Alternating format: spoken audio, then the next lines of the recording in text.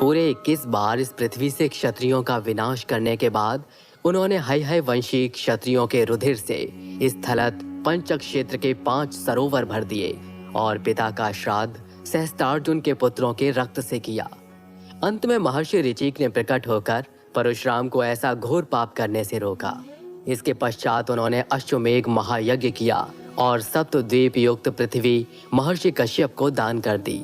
केवल इतना ही नहीं, उन्होंने देवराज इंद्र के समक्ष अपने शस्त्र त्याग दिए और महेंद्र पर्वत पर आश्रम बनाकर रहने लगे। भगवान परशुराम का उल्लेख रामायण, महाभारत, भगवत पुराण और कल्कि पुराण इत्यादि में अनेक ग्रंथों में किया गया है। वे अहंकारी और धृष्ट हय वंशी क्षत्रियों का पृथ्वी से 21 बार संहार करने के लिए प्रसिद्ध हैं। वे धरती पर वैदिक संस्कृति का प्रचार प्रसार करना चाहते थे। कहा जाता है कि भारत के अधिकांश गांव उन्हीं के द्वारा बसाए गए हैं, जिसमें कुछ नाम कोंकण, गोवा और केरल है। पौराणिक कथा के अनुसार भगवान परशुराम ने तीर चलाकर गुजरात से लेकर केरला तक समुद्र को पीछे धकेलते हुए नई भूमि का निर्माण किया था और इसी कारण कोंकण, गोवा और केरल में भगवान परशुराम वंदनीय हैं। वे भार्गव गोत्र की सबसे आज्ञाकारी संतानों में से एक थे, जो सदैव अपने गुरुजनों और माता पिता की आज्ञा का पालन करते थे। वे सदा बड़ों का सम्मान करते थे और कभी भी उनकी अवहेलना नहीं करते थे। उनका भाव इस जीव सृष्टि को इसके प्राकृतिक सौंदर्य सहित जीवंत बनाए रखना था।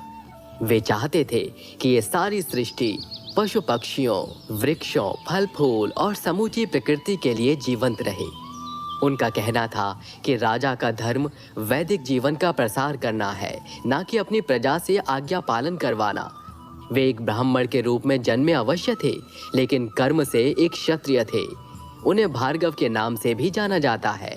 भगवान परशुराम ने अधिकांश विद्याएं अपनी बाल्यावस्था में ही अपनी माता की शिक्षाओं से सीख ली थी, जो शिक्षा 8 वर्ष से कम आयु वाले बालकों को दी जाती है।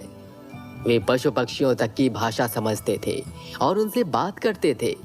यहाँ तक कि कोई खूंखार जानवर भी उनके स्पर्श मात्र से ही उनके मित्र बन जाते थे। उन्होंने सैन्य शिक्षा केवल ब्राह्मणों को ही दी, लेकिन इसके कुछ अपवाद भी हैं, जैसे भीष्म और कर्ण। कर्ण को यह ज्ञात नहीं था कि वो जन्म से क्षत्रिय है।